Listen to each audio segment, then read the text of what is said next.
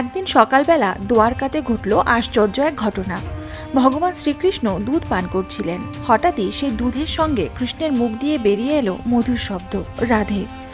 দূরে বসে থাকা রুক্মিণী এ কথা শুনেই থমকে গেলেন। স্ত্রী তো তিনি, অথচ কৃষ্ণের মুখে সর্বদা রাধার নাম। রুক্মিণী নিজেকে আর সামলাতে পারলেন না। মনে মনে ঠিক করলেন, দেখতেই হবে কে এই রাধা, যার নাম কৃষ্ণের অন্তরে বাহিরে গাথা। পরদিন ভোরে তিনি রওনা দিলেন বৃন্দাবনের দিকে।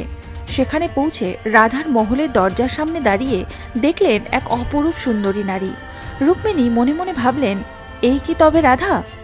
কিন্তু জানতে পারলেন সে রাধার এক দাসী। সে দাসী বিনয়ের সঙ্গে জানালো, দেবী, আপনাকে 7টি দরজা পার হতে হবে, তবেই মিলবে রাধারানীর দর্শন। রুক্মিণী সাহস নিয়ে একে একে 7টি দরজা পার হলেন।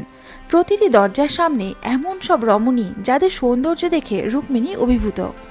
এরা যদি দাসী হয় তবে রাধারানী না জানি কেমন দেখতে হবেন, মনে মনে ভাবলেন তিনি। শেষ দরজা পেরিয়ে যখন রাধারানীর সামনে পৌঁছলেন, রাধার সৌন্দর্য, দীপ্তি এবং কোমল মুখশ্রী দেখে রুক্মিণীর প্রাণ যেন থমকে গেল। এমন সৌন্দর্য, এমন ঈশ্বরীয় জ্যোতি তিনি কখনো দেখেননি। কিন্তু ঠিক তখনই রুক্মিণীর দৃষ্টি পড়ল রাধার শরীর জুড়ে অসংখ্য ছোট ছোট ফোস্কার দিকে। বিস্ময়ে রুক্মিণী জিজ্ঞাসা করলেন, দেবী, আপনার দেহে এই ফোস্কাগুলো কেন? রাধারানী মৃদু হাসি দিয়ে বললেন, দেবী, গতকাল আপনি কৃষ্ণকে যে দুধ দিয়েছিলেন সেটা একটু বেশি গরম ছিল। দুধের গরমে কৃষ্ণের অন্তরে ফোস্কা পড়ে গেছে, আর তার মনের ভেতরে আমিই বাস করি। তাই সেই ফোস্কাগুলো আমার শরীরেও ফুটে উঠেছে, কারণ কৃষ্ণের অন্তর মানেই রাধার আশ্রয়। এ কথা শুনে রুক্মিণীর চোখ দিয়ে অশ্রু গড়িয়ে পড়ল।